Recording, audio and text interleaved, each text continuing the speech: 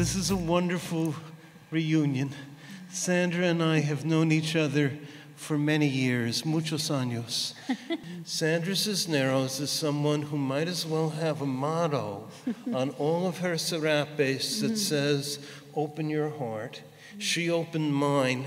I didn't know how to do it by myself, and I've never stopped thanking her for it. It really was my introduction to feeling. This book is your most recent. It's called Have You Seen Marie? And when I opened it up, I thought it was a children's book, because every page has a picture on it, a picture book. And the first thing that it says in the afterwards is that you didn't think of it as a children's book. Tell me why.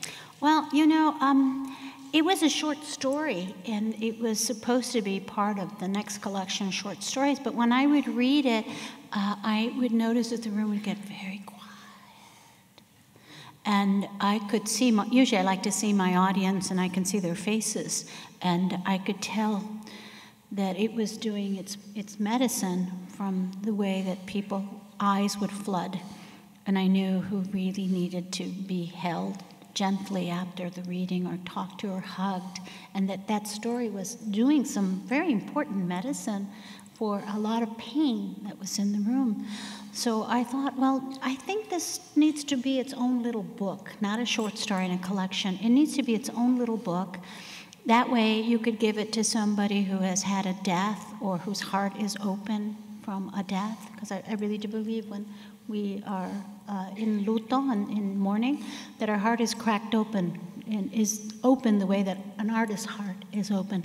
And I kept saying this isn't for children, but every time I read it, children would stay till the end. It's a long story, it's a performance, and children would stay till the end and wait in line and talk to me. So I started saying, well, maybe it's not for children, but it includes children.